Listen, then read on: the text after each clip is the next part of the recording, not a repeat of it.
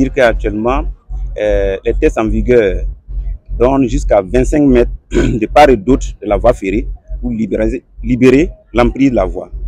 Donc, à 25 mètres à gauche et à droite de l'axe des voies ferrées, ça doit libéraliser, ça fait partie du patrimoine ferroviaire et ça ne doit pas être occupé par une autre personne que la société. Oui, vous savez que déjà pour la sécurité même de nos engins, la sécurité de la voie, il faut libérer. Aussi, on a une réglementation qu'il faut respecter. Voilà pourquoi, depuis, comme le PDS l'a dit, la sensibilisation a été faite et pour que les gens libèrent la voie.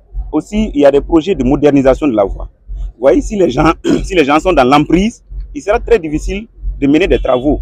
Donc, il faut que voilà, on libère la voie pour permettre les projets futurs qui vont se réaliser sur la voie de se passer sans problème. Et des mesures ont été prises. Vous voyez un peu derrière nous, vous allez voir des balises qu'on a déjà disposées pour libéraliser. Aussi, au niveau de la société, on a en vue un projet d'occupation saine de ces voies qu'on va libérer. Parce que nous sommes conscients que la nature ayant horreur du vide, il ne suffit pas de dégager les gens, ils pourraient revenir. Donc, nous avons un projet, qui était confirmé, d'occuper ces voies qui seront libérées. Aujourd'hui, comme vous l'avez constaté, c'est dans le cadre de l'opération de libération des accordements de la voie publique que nous avons, de concert avec le DG Sopafervé, lancé l'opération aujourd'hui qui consiste à libérer les emprises des voies ferrées ou aussi à la sécurisation de ces emprises-là. Nous sommes très satisfaits de la mobilisation des acteurs ce matin qui va permettre en tout cas de prévenir des incidents aussi graves qui pourraient survenir dans le temps.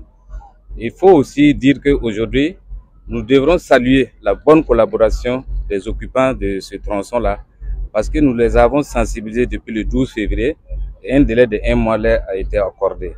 Mais comme vous savez aussi, il y a des gens qui refusent d'obtempérer et aujourd'hui nous sommes obligés de libérer malheureusement par la force publique. Le linéaire qui est concerné, c'est l'emprise des voies ferrées qui quitte le quartier Lalin jusqu'à Nocin. Et nous avons aussi une voie qui était totalement obstruée par les marchands de fer. Et je pense que c'est une opération qui va nous permettre non seulement d'aider la Sopafervé à sécuriser les emprises et aussi à ouvrir la voie qui jouxte les emprises pour permettre de désengorger un peu l'avenir Yatenga.